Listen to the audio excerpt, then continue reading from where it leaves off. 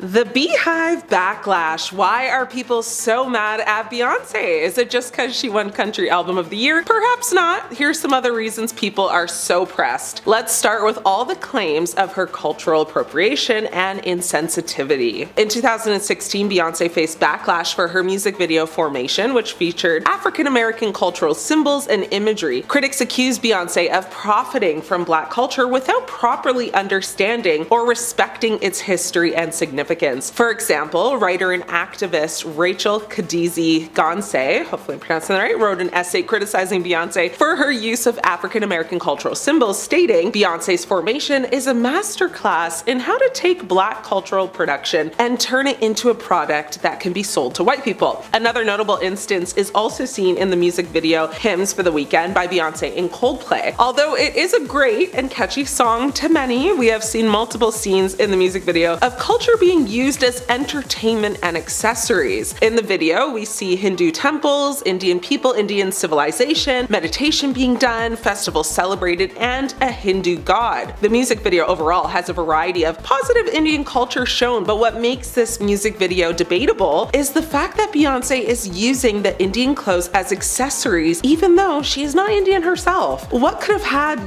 this music video be less debatable is if Coldplay collaborated with an Indian singer who knows about her culture and the clothing she was wearing. If this Indian singer would have replaced Beyonce, then she would have known that hennas are not from Indian culture. This already provides, a lack of knowledge that the artist has on the culture itself, which can be seen as disrespectful to many, especially in the Indian culture. As said before, Indians have a strong, respected foundation for their ancestors and their heritage. In the video, the person who is grabbing all of the attention from the viewers is Beyonce herself. There are Indian women there that could have stolen the spotlight, but we see how this cultural appropriation comes into the picture when Beyonce uses the best jewelry and clothing for the public, just as how the Kardashian uses, Black culture to show themselves off, but that's a topic for another time. Next, feminism and hypocrisy. Beyonce has been accused of hypocrisy for her feminist stance, with some critics arguing that her music and performances often objectify women and perpetuate patriarchal values. For instance, in 2013, Beyonce performed at the Super Bowl halftime show where she sang and danced in a very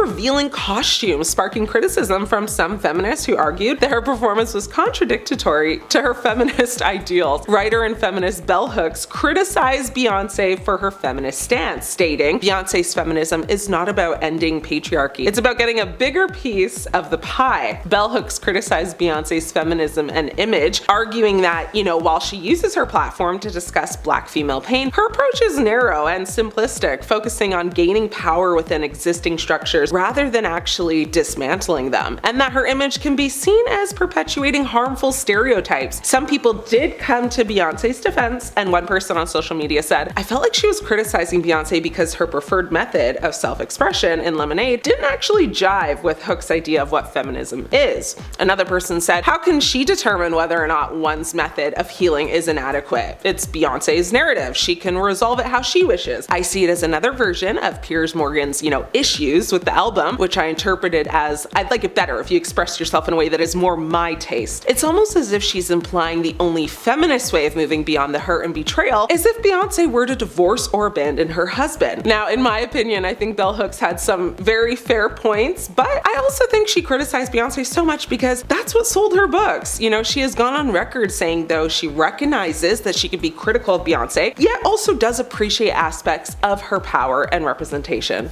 Beyonce has faced criticism for her involvement in the Black Lives Matter movement and her position with activism, with some critics arguing that her activism is superficial and self-serving. In 2016, Beyonce performed at the BET Awards where she and her dancers wore Black Panther-inspired costumes, sparking criticism from some activists who argued that her performance was a form of cultural appropriation and that she was using the movement for her own gain. Beyonce's dancers wore black leather, afros, and berets, which some saw as a direct reference to the Black Panther Party, which was a 1960s Black nationalist organization known for its revolutionary stance and focus on community empowerment and self-defense. The song Formation, released before the Super Bowl, was seen as a powerful anthem about Black identity, resilience, and resistance, further fueling the perception of the performance as a political statement. Many conservatives, law enforcement organizations, and social media users criticized the performance and the song, viewing them as anti-police, anti-American, and anti-white, particularly due to references to police executions of unarmed black men and the song's overall tone of defiance. The performance and the song generated a very strong backlash, with some calling for a boycott of Beyonce and others defending her right to express her views and celebrate her heritage. Activist and writer Kevin Powell criticized Beyonce for her activism, stating, "Beyonce's version of activism is more about branding and marketing than actual movement building." Her personal life and relationships, Beyonce's personal life and relationships, have also been subject to criticism and scrutiny, of course. In 2014, Beyonce's sister Solange Knowles physically attacked Jay-Z in an elevator, sparking criticism and speculation about the state of their marriage. Some critics have also accused Beyonce of using her personal life and relationships as just a marketing tool, with some arguing that her music and performances often kind of blur the lines between, her personal and public life. In this day and age, so many scandals come and go with the wind. Very few have real staying power in the microwave nature of social media. However, Elevatorgate happened at a time when everything was magnified, and this drama remained the subject of conversations and memes for weeks and months and years leading up to the release actually of her album Lemonade, which dropped in April of 2016. One song on the album, Sorry, was particularly casting light of what we knew about the tension between Beyonce, Jay-Z, and Solange. It was widely speculated that the elevator fight was actually down to Solange confronting Jay about his alleged cheating, and Sorry only fueled the rumors to a very stunning degree. Beyonce sings in the outro, coining an iconic pop culture term, "He only want me when I'm not there, he better call Becky with the good hair." But for years, and to this day, who is Becky with the good hair? It must surely be one of the most Google searches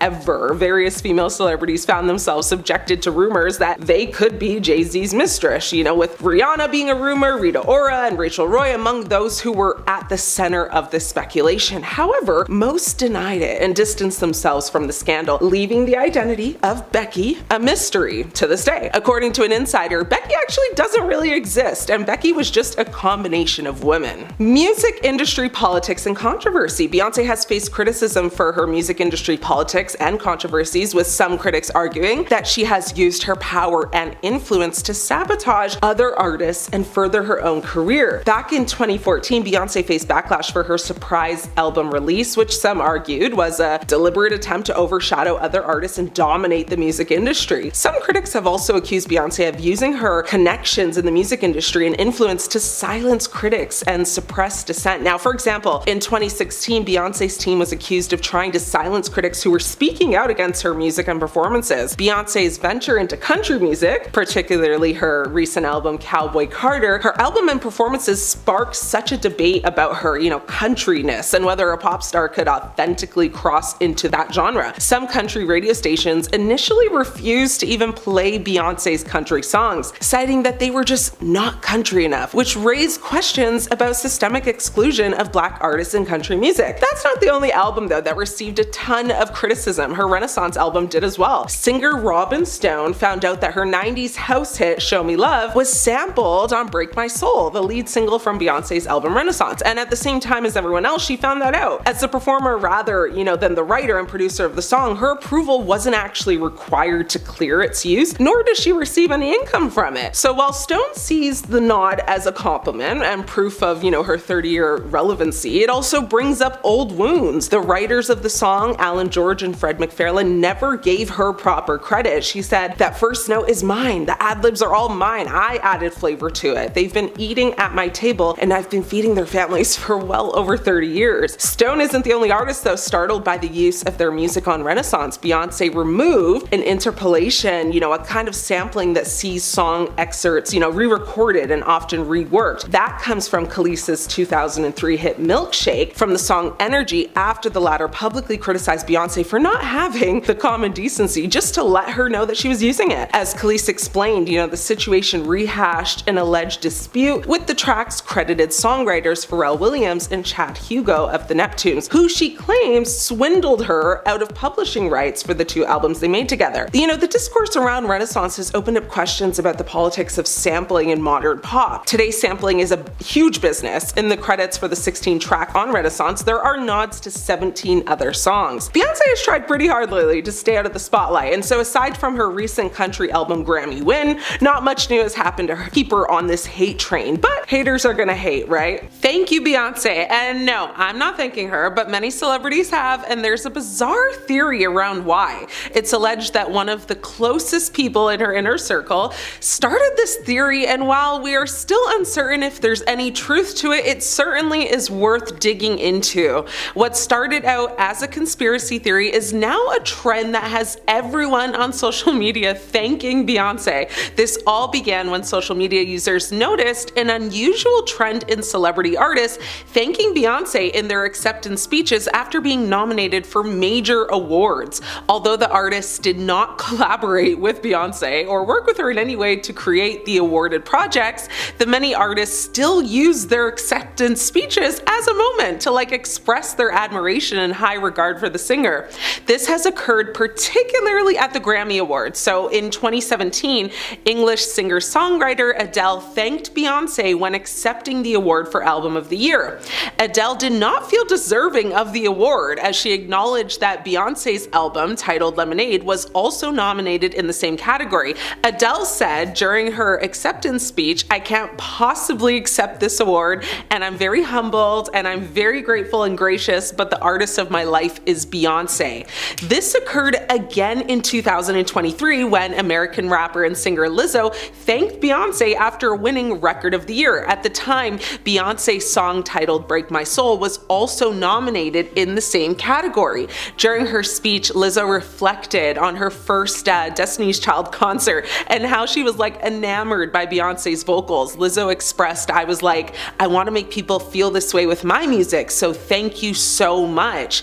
Beyonce has also been acknowledged on various award stages by celebrities like Megan Thee Stallion, Lady Gaga, and Britney Spears. These harmless acceptance speeches are now being interpreted as a negative narrative towards Beyonce, questioning her character and, her prominent role in the music industry. It is challenging to identify exactly why the public has sought this reaction, though conspiracy theorists believe celebrities praise Beyonce in their acceptance speeches because they understand her immense influence over the music industry and wish to remain successful in the public eye. One source said this conspiracy theory started with the passing of Aaliyah, who is the queen of urban pop who redefined contemporary R&B in the 1990s. Some people argue that her passing gave Beyonce the space to become the icon that she is today. In J. Cole's 2013 song She Knows, he mentions Aaliyah's passing. Now, some of the more deranged and unhinged TikTok users connect that song with Beyonce's friendship with P. Diddy, who has been at the center of conspiracy theories connected to Aaliyah's passing for years. The theory goes like this: thank Beyonce or face the consequences. Celebrities do tend to thank Beyonce a lot. Now, Kanye, rushed the stage when Taylor Swift beat Beyonce for Album of the Year. The list honestly goes on and on and on. The celebrity thanking has reached TikTok, of course, where users are thanking Beyonce at Thanksgiving, or for their dog not having cancer, or literally for nothing. So the question is, have you thanked Beyonce today? Is Beyonce to blame for Liam Payne's passing? One source close to the singer has spread this crazy theory. Following the unexpected passing of Liam Payne, a new theory has emerged, implicating none other than Beyonce, Jay-Z, and P. Diddy. Now imagine the worldwide shock if any of this turned out to be true. Fans in the music industry are still shocked by the news of Liam Payne's passing. Although details, still remain kind of unclear, the coroner has already ruled out foul play for the former One Direction singer. But in the wake of his passing, fans began theorizing what might have happened, and one theory suggests that Beyonce was seen staying in the same hotel where Payne tragically fell from a third-floor balcony.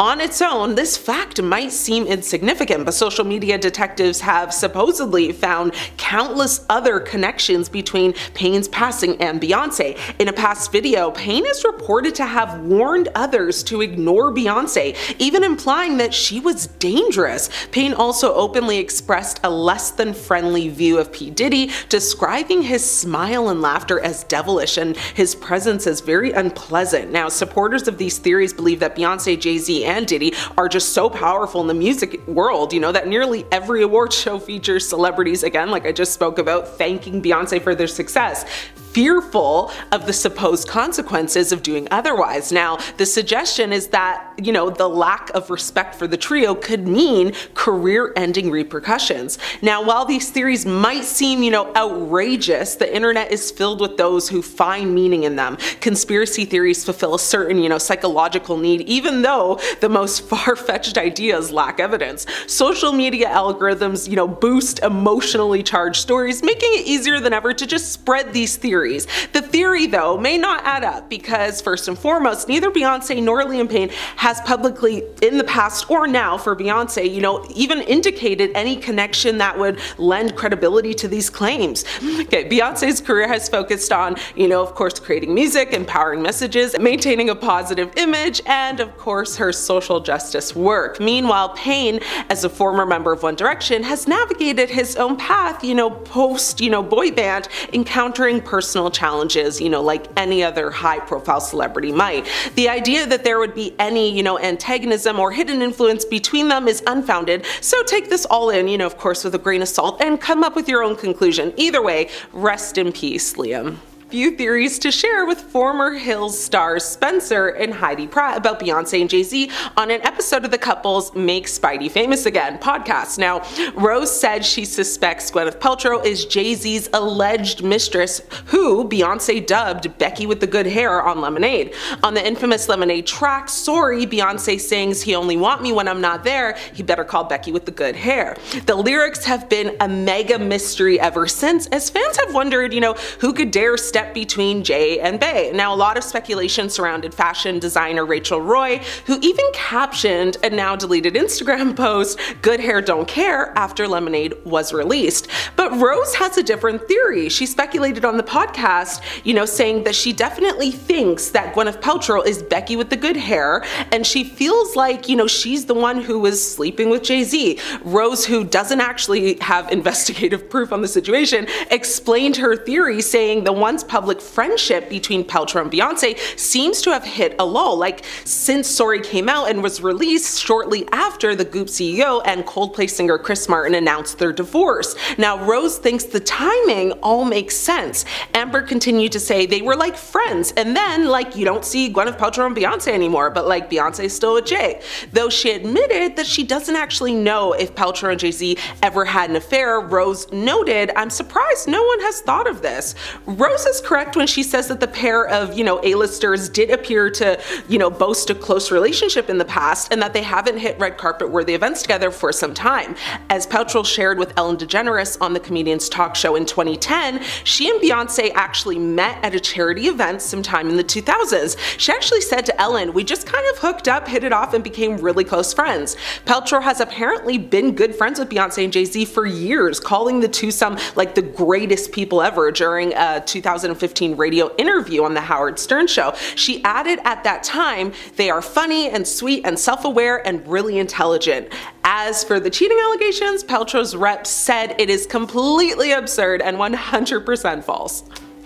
Beyonce and Jay-Z reportedly separated for a year in 2005, as revealed in the 2015 biography Becoming Beyonce by J. Randy Taraborelli. He suggested that the split coincided with Jay's scouting of Rihanna, sparking rumors of a supposed affair. Now, speaking to Entertainment Tonight at the time, Taraborelli said Beyonce didn't know what to make of this, and it actually ended up breaking them up for a time. They spent maybe a year apart from each other because Beyonce just wasn't sure what to make of the situation with Rihanna. Now, in a candid chat with BBC's Newsbeat, Taraborelli defended his bombshell claims despite not speaking directly with Beyonce for his book. He said, "Well, my job as a biographer is to take a look at, all of the persistent rumors and see if it is possible to unpack them. We found the publicist who was working for one of Rihanna's producers. His job was to promote Rihanna's first single, Pon de Replay. He went on to expose a manufactured scandal, saying in that capacity he began to float the untrue story that Rihanna and Jay were having an affair. This was not true. We interviewed him and he confessed that he planted the story in an effort to promote Rihanna." Now, further shedding light on this web of deception, the former publicist Jonathan Hay confirmed Taraborelli's story, offering apologies to music power couple Jay-Z and Beyonce after spreading, the false information. Despite safeguarding the identity of those who provided insights, Taraborelli notes his sources have nothing to gain by talking to him, and often and they had a lot to lose. Also claiming that it was people in Beyonce's inner circle that corroborated these claims and provided him more insight. So, the shade of that all, right? Now, the author elaborated on his credibility, saying, "This is my 18th book. I've had like 14 bestsellers. So, me and my research team, we really have sort of like a gut for this work. I can tell when somebody is being honest. Everybody is interviewed and re-interviewed, and then their stories are compared with other stories of people who are in the same situations. So we really do a lot of work to corroborate everything that we hear." Now, despite allegations of a split, neither Jay-Z nor Beyonce have, of course, made any public remarks on this. For those that are not chronically online, no need to worry, because I am, and I am here to explain why people are joking about celebrities being afraid of Beyonce. There is some truth to celebrities being afraid of the Queen Bee due to her position in the industry. It's true that Beyonce could have some sway over a musician's career. An endorsement from someone who's very established in the music scene and has worldwide appeal, that would boost any performer's career, which means the opposite can also be true, and Beyonce disliking you could lead to your career tanking.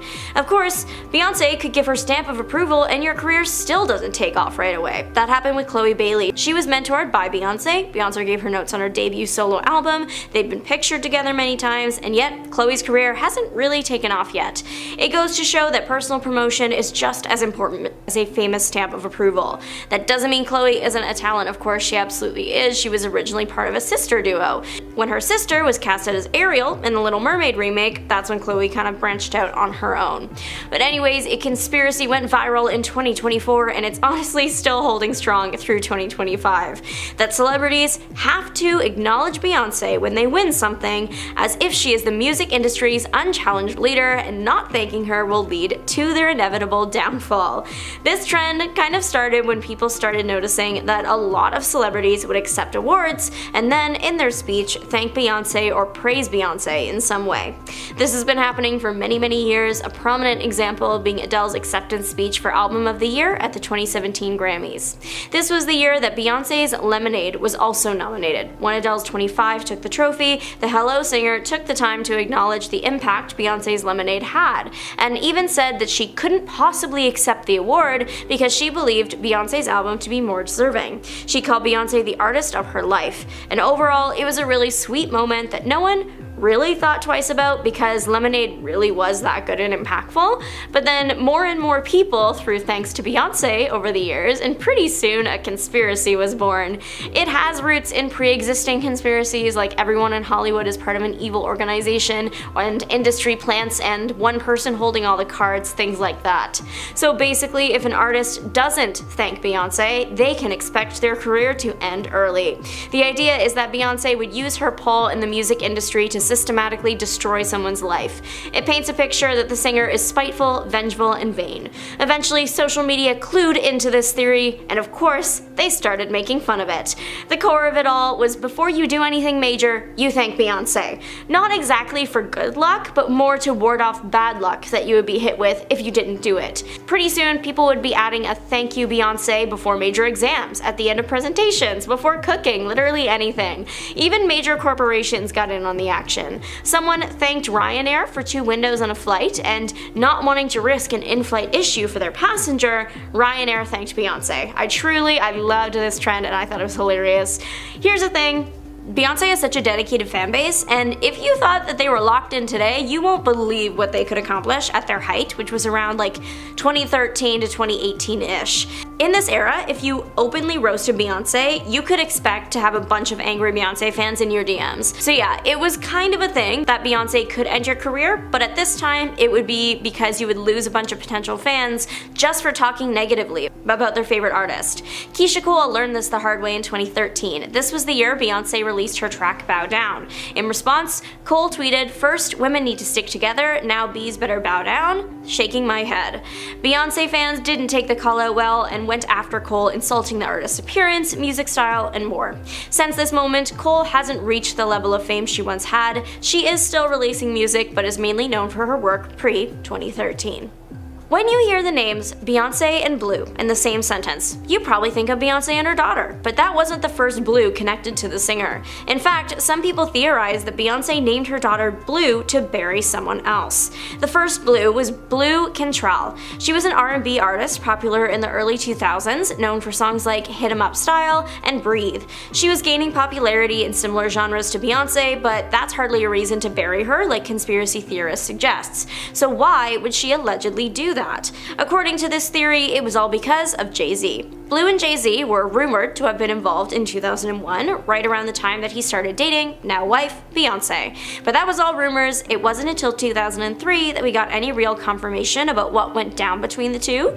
In a very candid interview with Wendy Williams, Cantrell shared all the details of her personal life that she was asked about anyways, and I mean like nothing was off the table. They got into some interesting topics, to say the least, but if you know Wendy Williams, you know that woman loves drama and stirring up problems. She is messy, but she gets celebrities to admit things on camera you wouldn't expect, and this interview was no exception. The women are chatting over a bucket of champagne, and about 16 minutes into the interview, Williams flat out asks if Cantrell has slept with Jay-Z. Cantrell was adamant that they were never intimate with each other and that she did believe that Jay-Z and his girlfriend Beyonce were very much in love. Of course, Wendy Williams pressed for more, and Cantrell ended up admitting that she had a big crush on the rapper and she didn't care who he was dating. She also shared that should Jay-Z walk in there and make a move, she wouldn't turn it down, she just wouldn't make the first move. This interview was actually released by Blue herself, which is really interesting considering she was essentially professing a crush on someone in a very public, committed relationship. It was on a DVD included with her 2003 album release. Those that believe Beyonce ended Blue's career mark this as the moment that everything kicked into gear. Blue was signed with Arista Records, specifically she was signed by LA Reid. The record company went through a major overhaul after Blue's second record was out. The overhaul didn't happen because of her, but it was just right around then. In the mess of everything, Blue's contract was not renewed for a third album because everyone just forgot. Blue later explained in a 2012 interview that she just didn't want to go back to the company if LA Reid wasn't there anymore, as her loyalty was to him. However, some people, they think there might be more to this story. Around this time, Jay-Z became a prominent figurehead for Def Jam, so I guess people think that he was able to sway the other record company into forgetting about Blue's contract. Blue's third album was being worked on at the time, but it never, even to this day, was released. Post the 2003 Wendy Williams interview, people kind of stopped hearing about Blue Cantrell. The singer almost disappeared off the face of the earth until 2014 when TMZ broke the story that she was taken into custody for a psychological evaluation. The singer was seen out on the streets at 2 a.m. screaming about someone allegedly poisoning her. Since this incident, Cantrell seems to be doing better though. She is still doing performances, though not as many as in her prime. Of course, now when you look up Blue and Jay-Z though, you're not going to get any results about this, at least not on the first few pages. People think that to really bury the situation and singer, the Carters named their first child after her, which that's really something. Naming a child after an ex would be an interesting way to deal with the situation and makes people create even more wild theories that more stuff happened behind closed doors, because just saying you have a crush on someone in like a random DVD access interview feels like it wouldn't warrant that level of response. Beyonce and Jay-Z have shared the actual meaning behind Blue Ivy's name. Originally, her name was going to be Brooklyn, but then the first sonogram came and she was just so small, like a blueberry. The couple started calling her the nickname Blueberry or Little Blueberry. Eventually the berry fell off and what was left is Blue and Ivy, but that's not the focus here.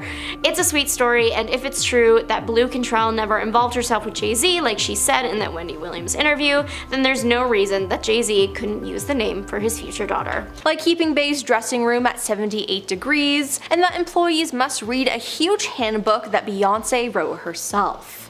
Now, we know that Beyonce says that a diva is a female version of a hustler, but it seems like she has some pretty specific demands when it comes to her dressing room when she performs. According to Business Inside, Beyonce's dressing room must be 78 degrees at the start of a performance or anytime she's in the room. Now, I guess the warmth helps her vocal cords, but staff also have to make sure that she has all white furniture, Irish soap from Walgreens, and perfectly chemically scented grapefruit candles, or at least something similar. Why all this? Well, she appears to have a pre-show ritual that includes a stretch, a prayer, and an hour of alone time with her favorite playlist. So it seems like her dressing room setup helps with all of that. And then when she gets off stage, she needs to have at least 2 towels in her dressing room, one for her face and one for her body. Now she also requests that there be a large table in the dressing room with white table covers so she can eat after her performance. Now this isn't as crazy as some other celebrities' demands, but it still is shocking.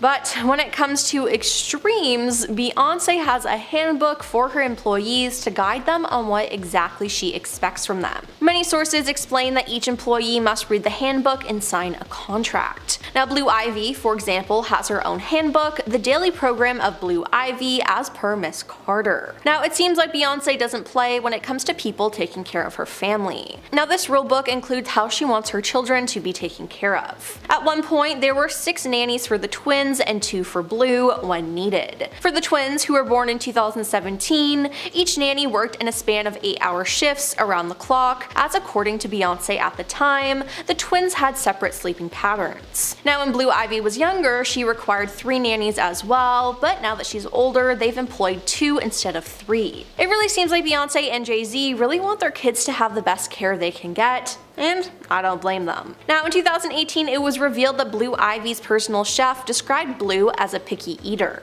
According to him, her favorite dish was whole wheat pasta shaped like ballet dancers and pureed asparagus. Then we found out that Blue was not allowed to listen to music during nap time, and that she also must learn another language. It's been reported that Blue has already started learning a variety of different languages, but Beyonce and Jay-Z want her to be fluent in more than 2 languages by the time she's 18. According to a source who's in with the family, Beyonce and Jay have had 2 major job requirements for their nannies. They have to be happy to travel the world with the Carters, and the other main stipulation is that they must be bilingual. They want a French speaker for a number of reasons. The family has a real connection with France, and Beyonce's nephew Jules is a French speaker because his dad is French. Now it's also been said that since Beyonce requires her nannies to travel with her, a detailed understanding of how to navigate Brooklyn is important. She wants her caregivers to know where the best attractions, museums, and shops are for her children, but also how to get around in ways that will attract as little as attention as possible. Not to mention, at one point, Blue Ivy got to school via her important entourage of security guards and drivers. Now Blue's entourage included 2 drivers and 3 bodyguards. Yeah. Now other parents from the school had actually complained, saying that she has too many drivers and guards as they take up all the space and make it complicated for other parents to have a place to stop. Some complained that other celebrity children attend the school as well, but they only have 1 car and 1 driver. But I guess things are different when Beyonce is your mom. People on Beyonce and Jay-Z's team have to be able to keep a secret.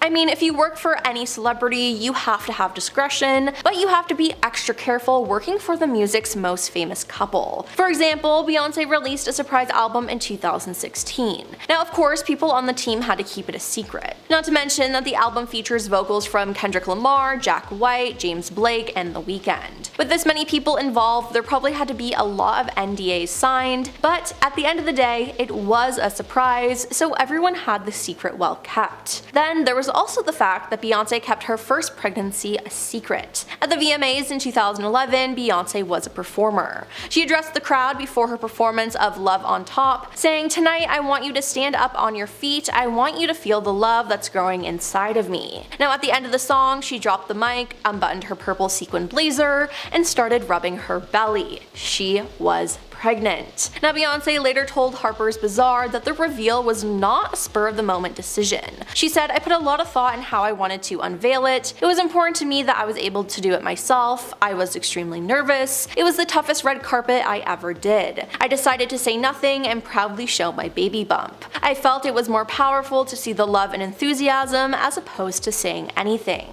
Now, due to this, it became one of the most iconic baby reveals in pop culture history. So just imagine if someone spoiled this. It wouldn't have been that amazing. And I mean, the gender of her baby was actually accidentally revealed by one of her friends, Kelly Rowland. Speaking to Bang Showbiz in 2011, Kelly predicted Jay-Z was going to buy that little girl every single thing possible, and inadvertently revealing to the world that the couple had a daughter on the way. Speaking about it later, Kelly said that Beyonce was disappointed about the ordeal. "I felt terrible because it's not my news," Kelly said. "It was honestly the worst. It wasn't my news to share." Now, that was her friend who did that, but if you were an employee who did that, oh, I'm sure you'd be fired right on the spot. But yeah, if you're on her team, you'd have to keep the biggest secrets and not tell a soul. Now, Beyonce likes everything to be perfect, and this includes her looks. She's a perfectionist in everything in her life and likes to have total control. Now, in 2015, a picture went viral from a red carpet event of one of Beyonce's staff members being seen trying to adjust her dress. Now, the staff member was none other than her personal assistant, Jane Greenberg. It was during the title red carpet event that Jane tried to fix Beyonce's dress multiple times, but Beyonce didn't like this though, as you could tell by her demeanor.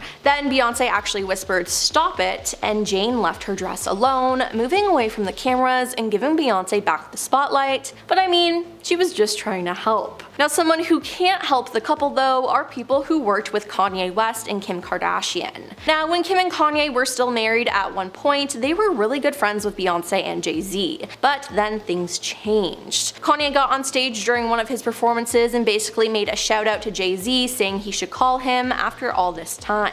Then he went further by calling out Beyonce for not performing beside him at the 2016 MTV Video Music Awards. Kanye then got upset when the couple didn't call him or Kim after Kim got robbed in Paris. Then more recently, Kanye's political beliefs strayed very far away from what Jay-Z and Beyonce believe, so they also didn't get along due to that. So slowly over the years, they ended up distancing themselves, which, hey, I can't really blame them for. Although Beyonce and Kim have never been friends, through the years they've both been accused by the media of throwing shade at each other. Now, it's also been said that the family will pay you well, but only if you actually work hard and earn it. Jay-Z gave all of his employees $50,000 right before Christmas and gave them Christmas gifts as well in 2013. Combined throughout the year, the couple gave up to $4.6 million in bonus money and gifts, which is super generous. Jay-Z is also known to tip big pretty much anywhere he goes,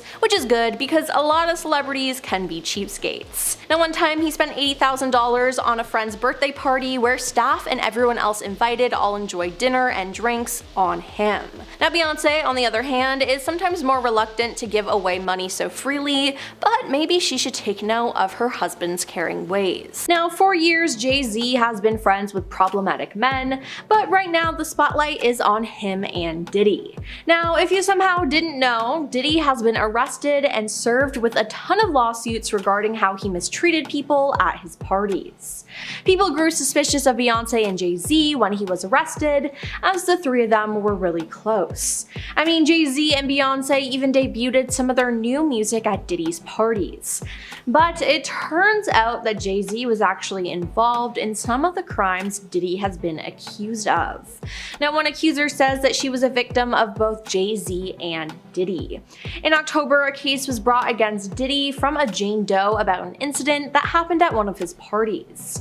Now, the suit also claimed that two other celebrities were involved in the incident, a male and a female celebrity.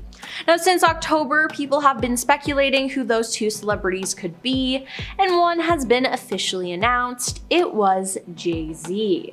The lawsuit says in the year 2000, a friend dropped Jane Doe off at the VMAs at Radio City Music Hall. Now, she did not have a ticket, and she approached various limousine drivers to try to gain access to the show or an after party. Now, one driver, the lawsuit says, told her that he worked for Diddy and that she fit what Diddy was looking for. He invited her to a party after the show and told her to return to his car later in the evening after he transported Diddy and Jay-Z. Now later, the driver picked her up, the suit says, and after 20 minutes they arrived at a white house with a U-shaped driveway. Now she said she had to sign a document she believed was a non-disclosure agreement on arrival to enter the party, which the suit says was filled with celebrities. She then said while there, she was offered a drink that made her feel woozy, lightheaded, and felt like she needed to lie down. So she went into a room to rest. Now shortly afterward, the suit says that Diddy and Jay-Z entered the room, with Diddy saying, "You are ready to party."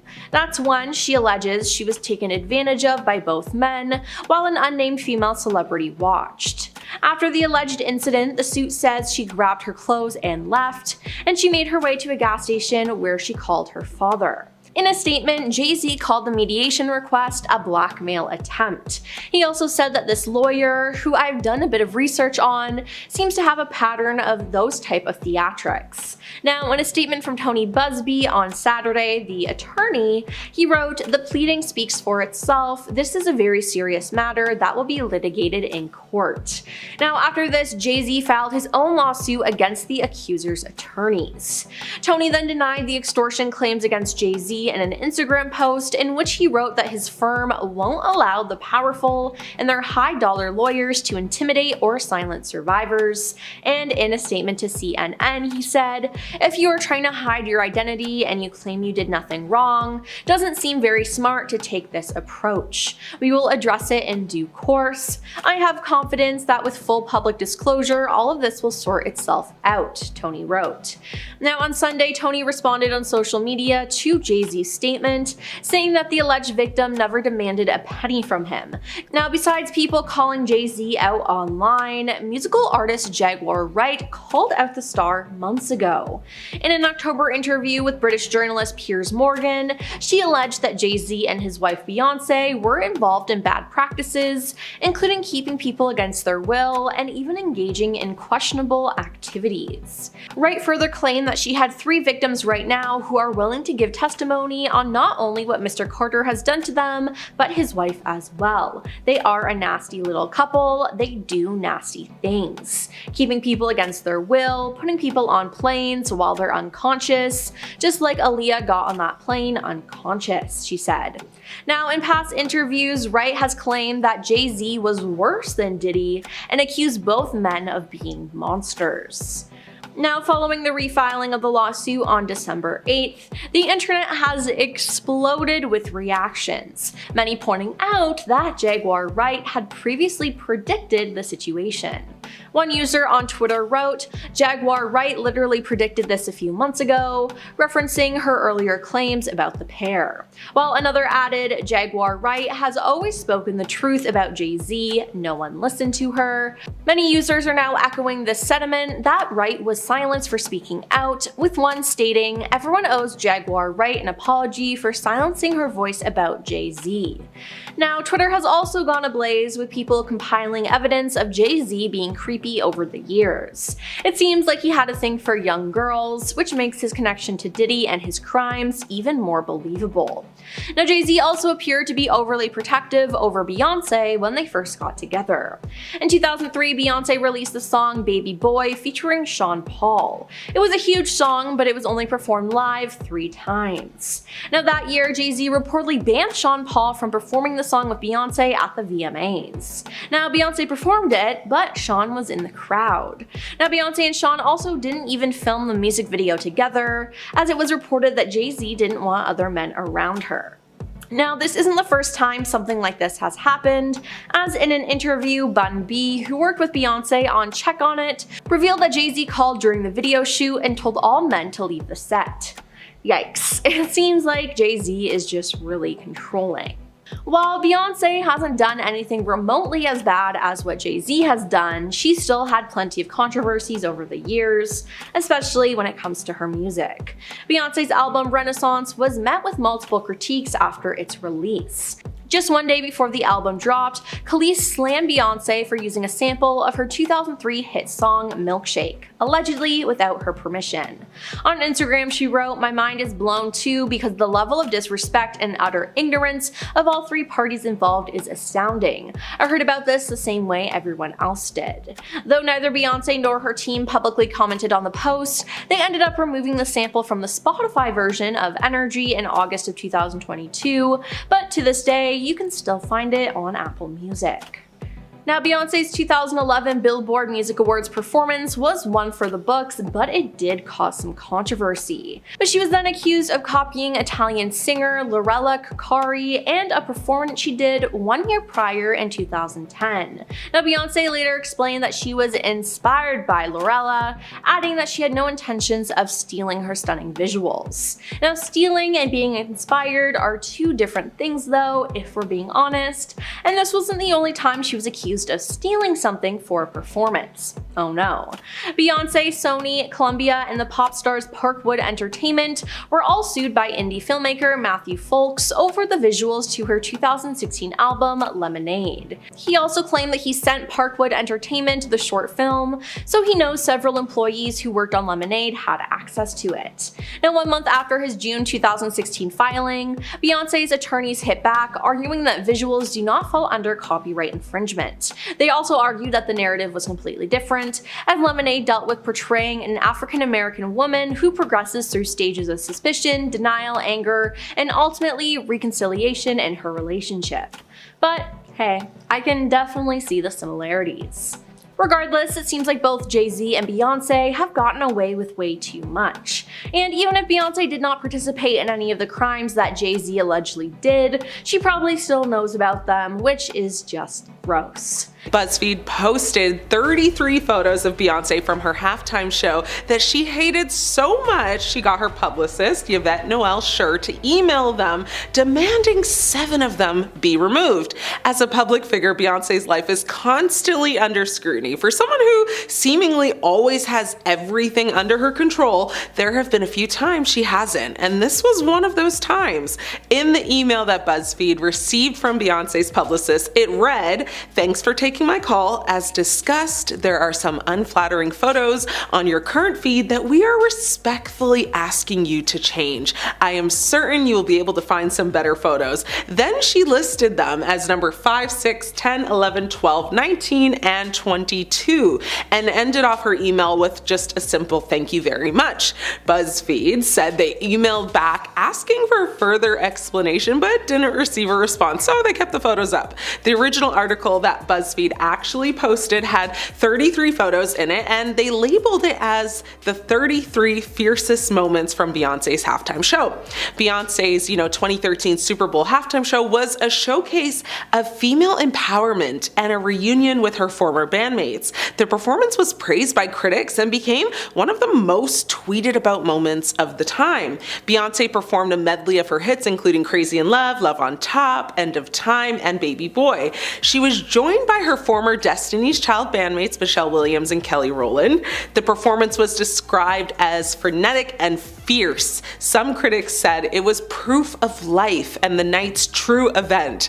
Her outfit, though, is what most people talked about, however, with many saying it didn't give off feminine vibes, which now makes sense as to why the photos she didn't want us all to see looked rather masculine and kind of unflattering. Many people were trying to guess, the designer, Thierry Mugler, Givenchy Couture. That's what we suspected watching Beyonce's hardcore leather and lace corset and boots outfit, or was it just leather and lace at the Super Bowl halftime show? But no, it's in fact the work of New York designer Ruben Singer. Singer is no stranger to the world of fashion, but designing the costumes for a style icon like Beyonce to perform at one of the year's most widely viewed sporting events was a completely different situation for him. Singer had worked with the singer, songwriter, and actress over the years and presented, storyboards from his fall 2013 collection to Beyonce's stylist, Raquel Smith and Ty Hunter right after Thanksgiving. The concept perfectly captured the diva's vision for her Super Bowl performance. After he received the assignment, Knowles and Singer set forth on an accelerated collaborative process in early December. The next 2 months involved no less than 5 fittings and well over 200 man-hours, with a team of 14 dedicated people to creating the final look at the designer's New York City store. 1 full week leading up to the event in daily dress rehearsals at the New Orleans Superdome was also required to make sure everything was perfect for the big night. The stage costumes are based on Singer's fall 2013 collection entitled Valkyrie's Dominion. Now, in Norse mythology, a Valkyrie is a female figure who decides which soldiers pass in battle and which live. Other points of inspiration come from the striking images of late 70s, early 80s Helmut Newton and the play on masculine-feminine associated with 1930s film actress Marlene Dietrich. Now, the performance's opening look, set to the hit song Crazy in Love, consisted of 2 pieces.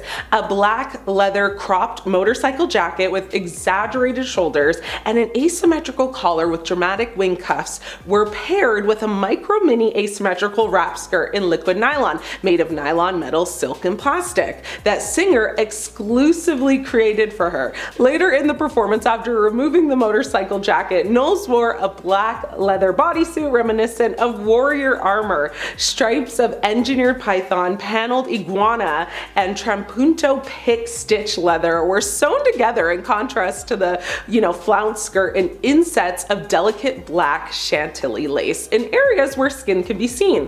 This item proved to be incredibly challenging, as it sounds, and as it is not only needed to be dramatic, but also had to withstand the, rigorous dance moves required for the performance. Singer said, "This piece is truly couture in every way." While describing the process, he said, "My seamstresses were assembling all of the leather and exotic skins individually by hand. All of the pieces were separate details that were all constructed for her body and on her body. We had to make the bodysuit have a tremendous range of motion and flexibility."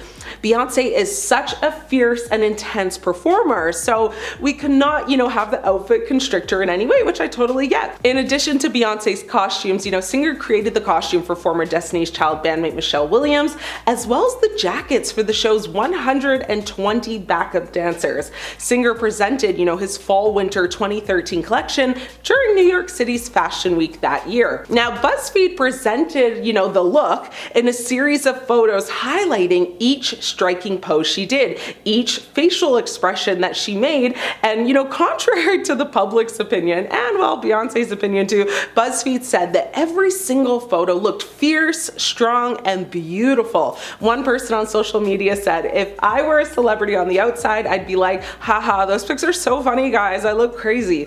But on the inside, I'd be like, if I see this picture one more time, I'm gonna lose it. People are making fun of me because I was dancing my behind off for my performance. I trained so hard for this, I'm gonna flip. Oh my God, delete the internet, I hate everyone." Another person on Twitter said, "My dad once posted a photo on Facebook of me mid-blink eating a chocolate. I would have straight up unalived my dad before letting, that stay online, so I don't blame her." Another person provided, a different perspective, saying, "Those are obviously unflattering pics, but she served an amazing and powerful performance with all that energy. One could expect those kind of gestures. It's sad that she desperately wanted to erase them, but on the other hand, I know how cruel some people can be on the internet making memes and stuff." Fast forward now to the most recent halftime show, which many say Beyonce arguably delivered one of the greatest halftime shows in NFL history, and it wasn't even the Super Bowl. The 43-year-old pop star took the field midway through the Christmas game between the Baltimore Ravens and the Houston Texans to perform first-time live renditions of several hit tracks off her latest Grammy-nominated album, Cowboy Carter. As to be expected, there appeared to be several Easter eggs and hidden messages embedded not only within her show-stopping performance, but also within pre- and post-show, promotional content. While Queen Bee, was famously joined by her eldest daughter, choir Blue Ivy Carter, Post Malone, and Shaboozey. During the performance, there were several lesser known but still notable figures that took the stage beside her too. In her pre-recorded intro, she sang her version of Blackbird by the Beatles alongside fellow Black country stars, Raina Roberts, Tanner Adele, Brittany Spencer, and Tiara Kennedy, who also are actually featured on the track. At various moments throughout the show, Beyonce also showcased several groundbreaking, country icons, including Mexican cowgirl Melanie Rivera, pioneering bull rider Murtis Dightman Jr., Miss Rodeo Texas Princess 2004, and Miss Rodeo Texas 2015, Nikki Woodward, and the first Black rodeo queen in Arkansas, Jediah Kirsch. Now, meanwhile, a caravan carrying Houston Texans owner Cal McNair and his wife Hannah rode onto the field as Beyonce sang her cover of Dolly Parton's Jolene. The Texans cheerleaders fittingly made up part of her backup dancing ensemble, in addition to nearly 200 members of Texas Southern University's Ocean of Soul marching band. During her pre-recorded intro of 16 Carriages, Beyonce could be seen passing by exactly 16 Cadillacs as she rode through the stadium's, tunnels on a white horse. When it came time for Post Malone's, guest appearance for their song, the two actually duetted, while leaning against a pickup truck appropriately covered all in denim. Now, all of the photos that were taken, Beyonce definitely approved of this time. She made sure that no one was gonna play with her, this go around. And you could tell she didn't make any strong facial expressions or movements that would look unflattering in photos. For starters, with Jay-Z, people just do not like him right now because he's been accused of inappropriately engaging with a young person alongside Sean Diddy Combs. So yeah, we're straight to the point with this one. Jay-Z has not been found guilty by any means. He was just recently tied to an accusation against Diddy. A woman alleges that when she was little, she attended a Diddy party, was inebriated, and while under the influence was attacked by the rappers inappropriately. Originally, she only named Diddy in the case, with the other celebrities referred to as Celebrity A and Celebrity B, but obviously, that's changed. The case has alleged that Celebrity A was Jay-Z, and there is a possibility that matters were settled behind closed doors with them, as that's what Jane Doe's legal team allegedly attempted to do with Jay-Z, but obviously failed in that case. So yeah, there's some pretty serious allegations against the rapper right now. Already, people were kind of getting like celebrity fatigue when it came to Jay-Z and Beyonce, and what that is in simple terms, people have seen a lot of them recently, and now they are tired of seeing them and want something new. Already dealing with an unfavorable public opinion and then having this thrown into the mix is a recipe for fame disaster. People really don't want to see Jay-Z in public anymore and think that he shouldn't even be invited to major events with everything that he's been accused of. At first, it was just the new live-action Lion King red carpet, which his daughter and his wife were both involved with the movie, and the accusations had only recently come out a few days before, so it made sense that he might still want to attend that carpet. However, people were outraged at seeing him next to his family at the Grammy Awards a couple weeks ago. Many thought it was wrong to have him at the luxurious event and criticized the move. Some even considered this as Jay-Z desperately trying to maintain his star status amidst all the negative things happening. It was also made into a bigger deal when Kendrick Lamar won 5 Grammys for his diss track, Not Like Us. The song is about his feud with somebody else, it's with Drake. However, the themes of the song can technically relate to Jay-Z right now, considering what he's been accused of. In the song, Kendrick calls out Drake for acting in a strange manner when it comes to younger people. This is something that the rapper has been held accountable for by the public before. It was discovered that he was personally messaging young female stars, not like saying anything too weird, but people still found it weird that he was texting them so much to the point where they would think of him as a close friend. Yeah, people thought it was hypocritical of the Grammys to give so many awards to a song that features sections commenting how it's wrong to mistreat young people when there was someone sitting in the audience that has been accused of doing just that. Now again, Jay-Z has not been found guilty. He is adamant that he isn't guilty. Still, much of the public's favor has been lost and likely won't return until we get an official Beyoncé is an international household name with numerous hit singles, but people are questioning why the star feels the need to remain in the spotlight for so long. She has released a total of 8 albums, and that's not including things like live albums or soundtracks, etc. Those that have worked for / with the star in the past have remarked about her insane work ethic. Some even referred to her as a robot with the amount of work that she can get done in a day. Earlier in her career, Beyoncé was everywhere, but her career really took off with her hit single, Single Ladies. This went viral at a time when going viral was kind of this new thing. You couldn't escape Beyoncé or Beyoncé-related content or Beyoncé parodies simply because she was the moment. However, people started getting celebrity fatigue. It happens to the best of them. Suddenly, it became annoying to see Beyoncé, and even though she might not have changed, the public's perception of her did, and soon she started disappearing between album releases, something the singer has addressed. The artist did an interview last year in which she said that fame started to feel like a prison for her. So instead of staying active in between album releases, she started to disappear. Choosing not to appear on red carpets as much anymore or not doing as many interviews, she wants to focus on the art she creates and specifically her time with her family. But if you're sitting there wondering why this particular conversation about Beyoncé's fame level is reigniting right now, please think of the recent Grammy Awards, where Beyoncé won Best Country Album and Album of the Year for Cowboy Carter. People are pretty upset that Cowboy Carter took home these trophies. The Album of the Year won because, well, their own favorites just didn't win, or they just think that this wasn't Beyoncé's best work.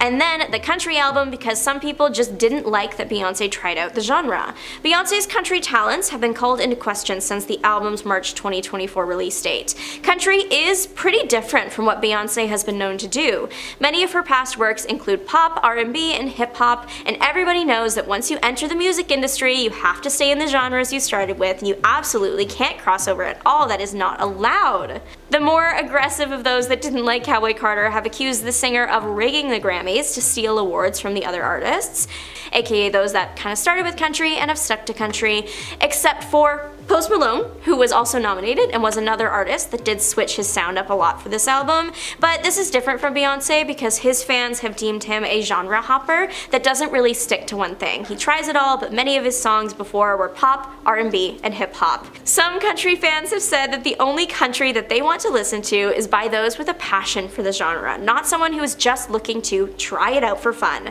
And that's fair. You can tell when a person creating art doesn't really have their heart in it, and that's no fun. However, after some digging, I discovered a couple sources that suggest that Beyoncé actually didn't just hop into the country genre just for fun, and she does have a passion for it. Back in 2016, she made headlines when she performed her country song Off Lemonade, Daddy Lessons at the CMA Awards. This was met with about as much backlash as she is now getting for her 2025 Grammy wins, but Beyoncé's apparent love for country music dates almost a decade earlier than that. A 2007 article suggests that Beyoncé had been thinking about writing country music for a long time. A source at the time said that Beyoncé was considering making a country album next. In the end, her next album release was I Am Sasha Fierce, which is not country at all, so where did that source even get that from? Well, in 2007, Beyoncé performed a country version of her hit Irreplaceable at the AMAs with country band Sugarland. The country remix was surprisingly great. I never would have thought it would work that well with that song. Beyoncé didn't sing the song with that characteristic country twang. She very much kept her own sound, but it still worked just fine, and Sugarland was awesome as well. The man in question was Dr. Zahi Hawass. He is a popular tour guide as he knows the pyramids very, very well. For years, he's been the Minister of Tourism and Antiquities of Egypt. He campaigns for stolen Egyptian artifacts, and he is, in general, an archaeologist, described by many as Indiana Jones. It's clear the man knows what he's talking about when it comes to the ancient Egyptians, and who wouldn't want a personal tour led by Indiana Jones? He does have another popular unofficial nickname, which is Gatekeeper of the Pyramids. Though this might not be official, he has no problem exercising his right to ban those he deems unworthy of the space, and that list shockingly added Beyoncé's name back in 2013.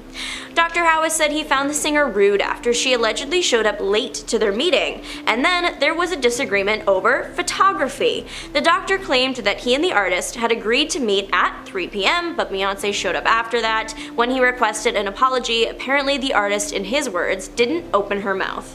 Now, that wasn't enough for him to just refuse the tour right then. There was another incident that really created the problems. Beyonce, of course, had a guard with her for safety reasons, but in addition to them, apparently brought a photographer as well because she wanted to do a goddess-themed photo shoot while there. The thing is, the doctor also brought a photographer, and this seemed to be a bit of a problem. He claims that when his photographer started taking pictures, Beyonce's guard attempted to stop them, and it resulted in some pushing and almost having their camera taken away.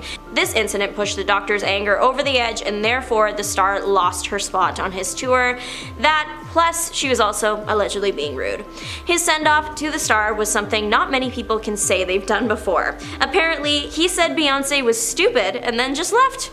There was also the matter that Beyonce had shown up in all white because she was having a goddess-themed shoot. Dr. House even asked her when she arrived if she was trying to be Cleopatra, which Beyonce actually found funny.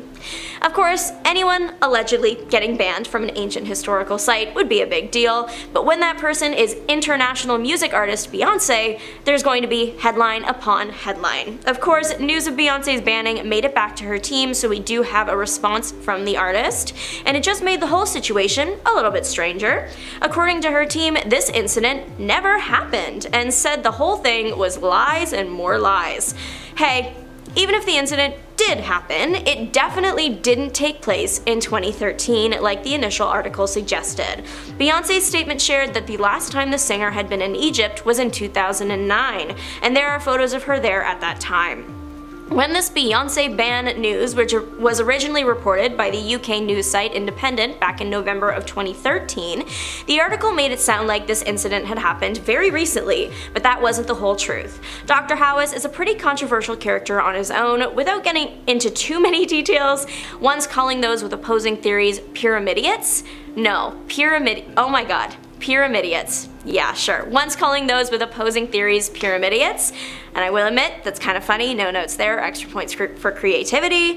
Anyways, he was widely celebrated for his efforts in the archaeology world, but he was also deemed to be very controlling and overbearing, even egotistical by some. It appears that in a 2013 interview, the man was simply reminiscing on his past encounter with Beyonce from 2009, and if the account is true, it's certainly eventful enough to remember after all this time. Though this alleged incident didn't take place in the year the Independent article came out, accounts from 2009, they do exist. E! News reported that locals spoke to the press at the time. One journalist got the statement that the doctor did get angry with the singer and stopped being diplomatic. This account also claimed that he called Beyonce a stupid person that didn't understand anything, or that she just didn't want to understand anything. Either way, the pair clearly did not end their interaction well. It's unclear how Beyonce responded to the insults against her. Maybe they were said after the pair had separated, who knows. Despite the alleged rough end to the tour, things clearly started well enough as the pair were pictured together in front of the Sphinx reading from a book. Beyonce even made her way into one of the pyramids and sang Ave Maria. She said it was the clearest acoustic she's ever heard, and she could have stayed there forever. I mean, if she really is banned, that would cause a problem. Despite not making overly public returns to the country, Beyonce has used Egyptian mythology and symbolism in her shows and performances since. People are saying Beyonce has been kicked out of the country music scene despite the success of her latest album, Cowboy Carter. After winning the Grammy for Best Country Album and Album of the Year this year, Beyonce has been attacked from all angles. From those that didn't like the album, to those that did, but just didn't think this was Beyonce's best work. The singer has probably heard it all. A lot of people are just angry with the star for taking on the country genre in the first place. Beyonce, for a long time, has been primarily an R&B, pop, hip-hop artist. Cowboy Carter was her big jump in the country music scene, but not the first time she's tried it out. People are very upset that Beyonce seemingly tries out a genre and then wins everything for it. It does look odd. If you aren't aware of her country music roots, it would seem like she's just trying out genres to have a little bit of everything in her music library. Those that have really taken the theories far, though, even accuse award shows of being rigged so Beyonce can have an award for every genre.